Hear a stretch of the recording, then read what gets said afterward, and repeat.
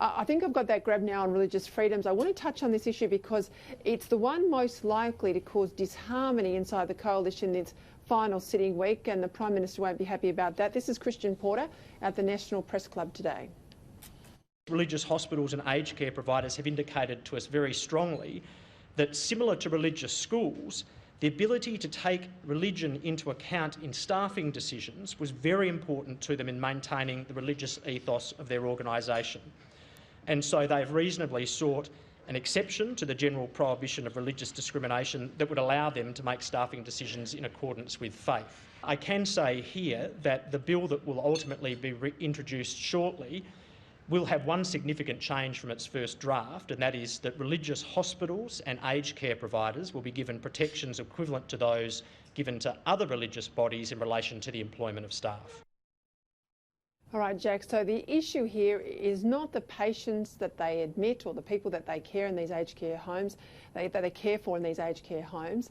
The church organisations and religious organisations that run them are agnostic, if I can use a religious term, about the faith of the person coming in, but they are pretty firm that they want to be able to employ people based on their faith. And this is very similar to the rules that they want to maintain in relation to schools. So they don't care about the faith of the student or the sexuality of the student or anything that might offend church or religious law, but who teaches those students, who they employ themselves, they have a very strong preference that they maintain faith connected to the organisation or to the school. Now, how do you think that's going to fare in the Parliament? In the Parliament, it's going to be quite tricky, but for me, it's a pretty clear decision. If you're a religious organisation and you have stems throughout, you have connections throughout the community that are involved in healthcare and aged care and helping people, and your ideology is at play at raising the funds, your own community are the people that have put this money forward, and then you want people who believe the same way that you believe to be involved in those organisations at every level, to me it's a no-brainer. Why not let that organisation operate in that capacity?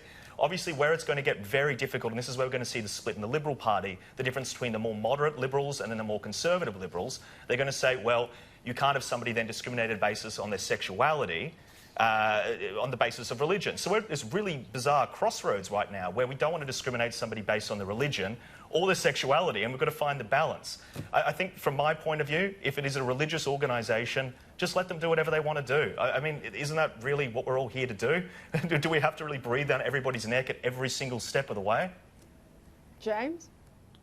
Well, I think that's fine in theory. The problem where the rubber hits the roads with this, particularly in healthcare, is that in Victoria at least, the Catholic Church has hospitals that are essentially acting as public hospitals.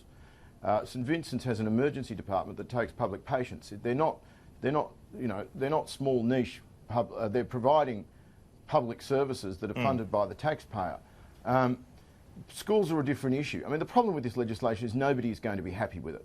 It's not going to go far enough for the Australian Christian lobby, who are bombarding me with emails about their disappointment about it, and the people who don't like, who don't want any sort of blasphemy laws. Essentially, they'd call it at the worst, sort of at the far end, don't like it at all. I think Porter's doing a very good job, but he's been dealt a very bad hand. Yeah, look, I agree with that, and I think possibly to get something where everyone's a little bit upset but no one's climbing the walls on an issue as difficult as this tells you you've probably found an appropriate middle ground. But I reserve judgment till I have a good look at the legislation when, as he says, it's likely to be tabled next week, so we'll have a look at it then.